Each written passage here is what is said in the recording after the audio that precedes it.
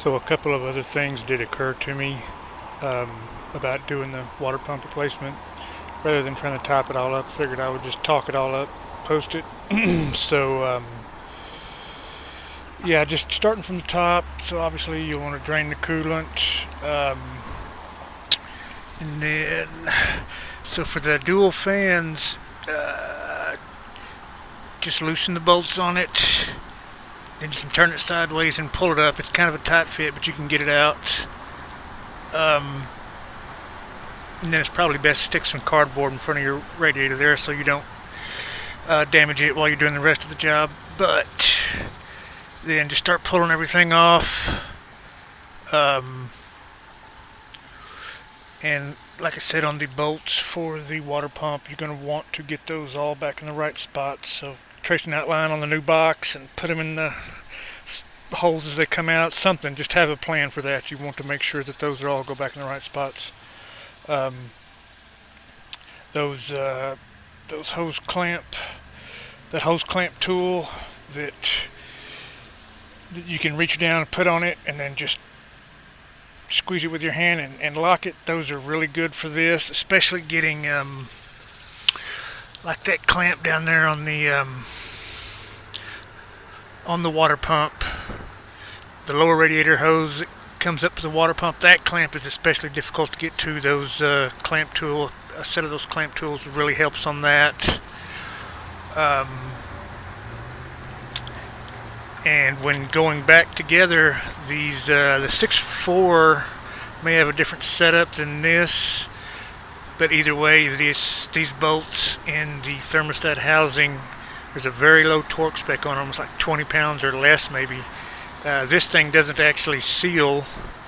It's the thermostat that seals. So this thing is just barely tightened on. You don't want to go too tight. You'll end up warping this housing. You have to buy another one.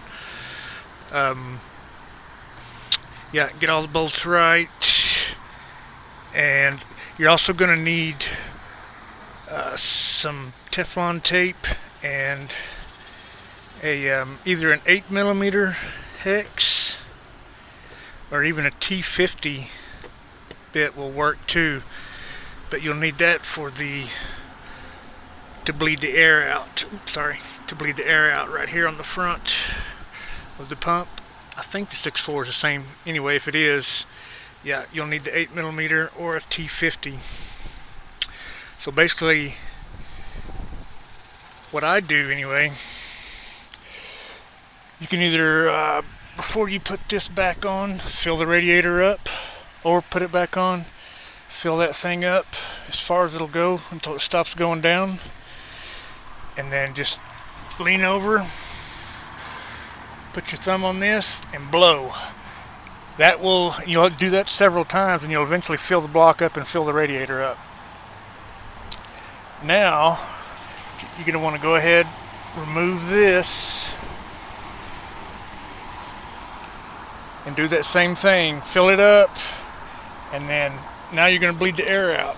So what I do, I'll just put my thumb right here over this hole, and then like I said, I'll cover this, lean over, and just blow as hard as I can until I can feel coolant splashing out around my thumb. Now I know I've bled all the air out. Put some Teflon tape around the little plug, screw it back in, boom, ready to go.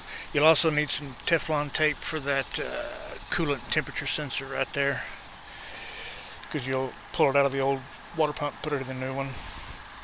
But anyway, yeah, I wanted to make a point of you've got to bleed that air out. You can use that method, the jerry-rigged method I just described, or some other one, but you definitely got to bleed that air out of the system. Otherwise, you're going to run the risk of it getting hot and so on and so forth. Other than that, it's not bad. 3 to 4 hours is probably pretty reasonable. If you're drinking a lot of beer, maybe 4 to 5. If you're drinking whiskey, maybe 6 or 7. Anyway, that's it.